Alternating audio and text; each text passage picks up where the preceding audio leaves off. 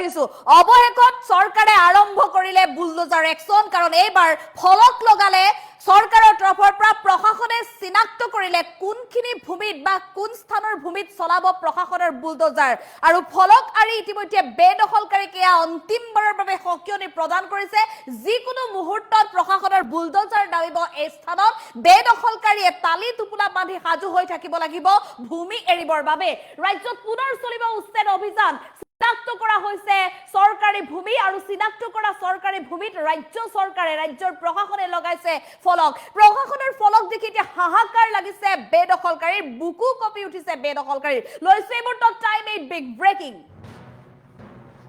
ৰাজ্যত পুনৰ চলিব উচ্ছেদ অভিযান প্ৰশাসন এতিয়া সাজু হৈ উঠিছে উচ্ছেদৰ বাবে ফলকাৰী চিনাক্ত কৰিছে ইতিমধ্যে সৰকাৰি ভূমি কোনো সৰকাৰি ভূমিৰ অচিনাকি বেদখলকাৰীক থাকিবলৈ দিয়া নহব এয়া প্ৰশাসনৰ অন্তিমটো নিৰ্দেশনা সৰকাৰি ভূমিত জিলা প্ৰশাসনে লগালে ফলক কোনো ধৰণৰ বিশেষ আৰু জাননী জাৰি কৰা নহয় এই ফলকে হৈছে অন্তিম নিৰ্দেশনা গোৱালপাৰা আগিয়াৰ পাহাৰ কাটাত খিলঞ্জীয়া ভূমিত জিলা প্ৰশাসনে লগালে ফলক জিলা প্ৰশাসনে ফলক লগোৱাৰ পিছতে হাহাকাৰ লাগিছে এতিয়া বেদখলকাৰীৰ যিকোনো মুহূৰ্তত তালি টুপুলা বান্ধি এৰিব লাগিব সৰকাৰি ভূমি বেদখলকাৰীৰ বুকু কপি উঠিছে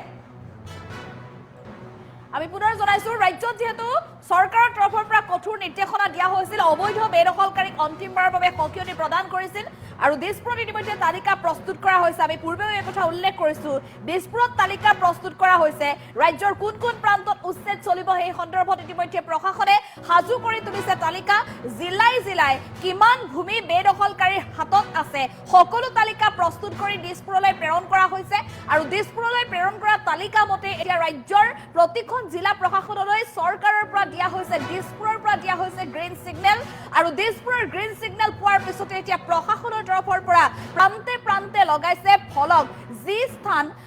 নিৰ্ধাৰণ কৰিছে প্ৰশাসনৰ তৰফৰ পৰা সেই স্থানতে এতিয়া ফলক লগাই বেদখলকাৰীক দিয়া হৈছে অন্তিম নিৰ্দেশনা গতিকে তালি টুপুলা বান্ধি সাজু হওক এতিয়া অবৈধ বেদখলকাৰী কোনো কাৰণত চৰকাৰী ভূমিত স্থান নাই অবৈধ বেদখলকাৰীৰ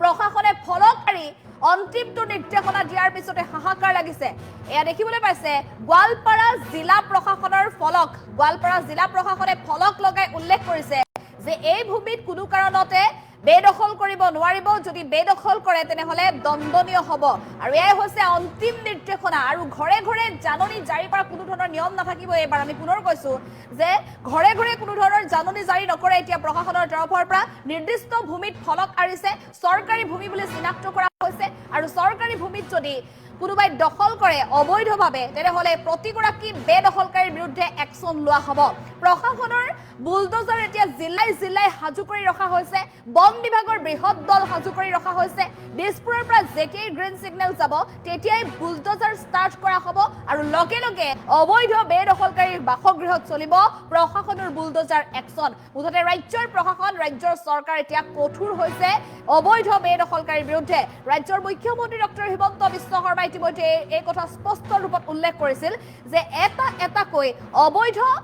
বাংলাদেশী অসমৰ পৰা নোহোৱা কৰিব সীমা পাৰ কৰি বাংলাদেশলৈ প্ৰেৰণ কৰা হ'ব আৰু এবাৰ বাংলাদেশী চিনাক্তকৰণ আৰু বিতৰণ প্ৰক্ৰিয়া পূৰ্বৰ দৰে দীঘলীয়া প্ৰক্ৰিয়া নহয় এবাৰ ডিচিয়ে যদি চিনাক্ত কৰে তেনেহলে লগে লগে বিতৰণ কৰা হ'ব বাংলাদেশীক লৈ আৰু কোনো ধৰণৰ ইয়াত প্ৰক্ৰিয়া নচলে বাংলাদেশীয়ে কোনো কাৰণত যাতে অসমৰ ভূমিত নিজৰ ভূমি বুলি দাবী কৰিবলৈ কোনো ধৰণৰ সুযোগ নাপায় তাৰ বাবে আসলতে এই প্ৰক্ৰিয়া সময় অনা হৈছে আৰু ডিচিয়ে চিনাক্ত কৰাৰ লগে লগে বিতৰণ কৰা হ'ব এয়া মুখ্যমন্ত্ৰী ডক্টৰ হিমন্ত বিশ্ব শৰ্মাৰ নিৰ্দেশ আছিল আৰু সমান্তৰালভাৱে উল্লেখ কৰিব লাগিব যে যিসমূহ চৰকাৰী ভূমি আছিল প্ৰতি টুকুৰা ভূমি যাতে খিলঞ্জীয়াৰ বাবে থলুৱাৰ বাবে সুৰক্ষিত থাকে তাৰ বাবে ৰাজ্য চৰকাৰৰ তৰফৰ পৰা ইতিমধ্যে কঠোৰ সিদ্ধান্ত গ্ৰহণ কৰা হৈছিল থলুৱা খিলঞ্জীয়াক যিদৰে প্ৰতিশ্ৰুতি প্ৰদান কৰিছিল সেই প্ৰতিশ্ৰুতি পূৰণৰ বাবে ৰাজ্য চৰকাৰ এতিয়া একচন মুডত আছে যিকোনো মুহূৰ্তত প্ৰশাসনৰ বুলডোজাৰ ষ্টাৰ্ট কৰিব আমি পুনৰ কওঁ কথা যে ইতিমধ্যে ৰাজ্য চৰকাৰৰ তৰফৰ পৰা প্ৰতিখন জিলাৰ প্ৰশাসনক নিৰ্দেশ দিয়া হৈছে আৰু চৰকাৰৰ নিৰ্দেশ মতে প্ৰশাসনৰ তৰফৰ পৰা তালিকা প্ৰস্তুত কৰা হৈছে কোন কোন স্থান অবৈধ বেদখলকাৰীয়ে দখল কৰি আছে কোন কোন স্থানত অবৈধ বেদখলকাৰীয়ে দখল কৰিব নোৱাৰিব সকলো স্থান ইতিমধ্যে হুকিয়াকৈ চিনাক্ত কৰি দীঘলীয়া ফাইল বনাই এক ডাঙৰ ফাইল বনাই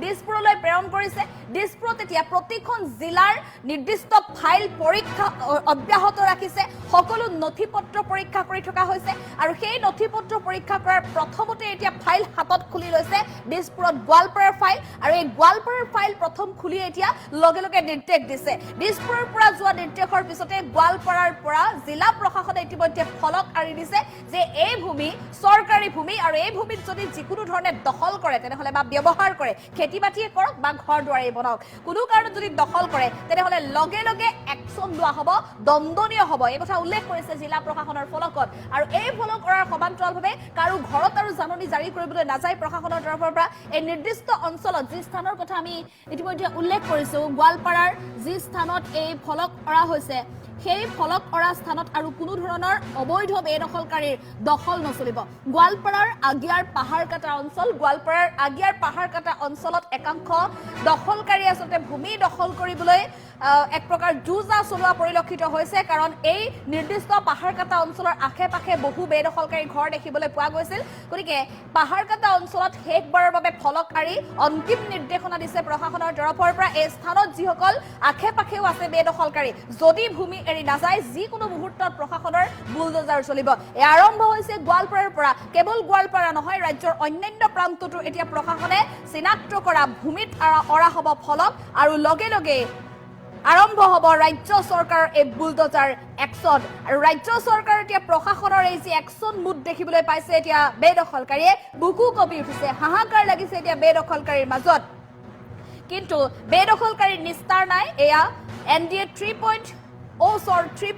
চৰকাৰৰ কঠোৰ নিৰ্দেশ আৰু যাৰ বাবে যিকোনো মুহূৰ্তত এতিয়া প্ৰশাসনৰ বুলডোজাৰ একশন মুডত নামি পৰিব অবৈধ বেদখলকাৰীৰ বাসগৃহত পুনৰ কওঁ এয়া গোৱালপাৰাৰ দৃশ্য আপোনালোকে দেখিবলৈ পাইছে কিন্তু গোৱালপাৰাৰ পৰা আৰম্ভ হ'ব অন্যান্য প্ৰান্ততো শীঘ্ৰেই প্ৰশাসনে আৰিব ফলক আৰু ফলক কৰাৰ পিছত যদি কোনো বেদখলকাৰীয়ে সেই স্থানত থাকে বা খেতি বাতি কৰে তেনেহলে লগে লগে প্ৰশাসনৰ তৰফৰ পৰা লোৱা হ'ব বিহিত ব্যৱস্থা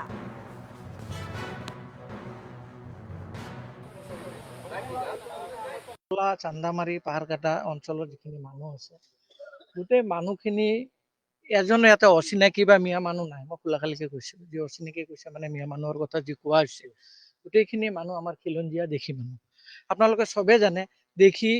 গৰিয়া মৰিয়া জলহা চৈয়দ এই পাঁচটা চৰকাৰে ইতিমধ্যে খিলঞ্জীয়া বুলি ঘোষণা কৰিছে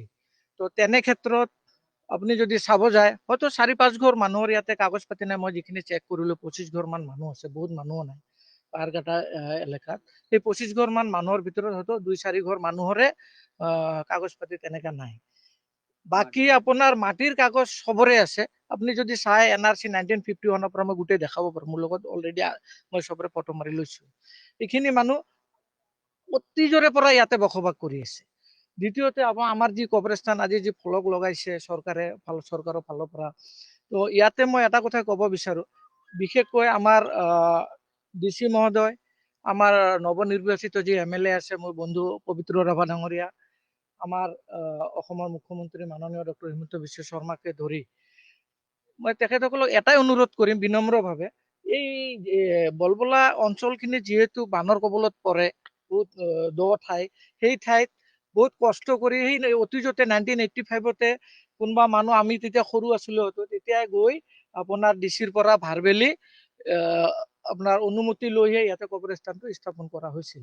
আৰু কিছু মাটি ইয়াতে পাট্টাও আছে কিছু এক টুকুৰা মাটি মই জানাত পাট্টাও আছে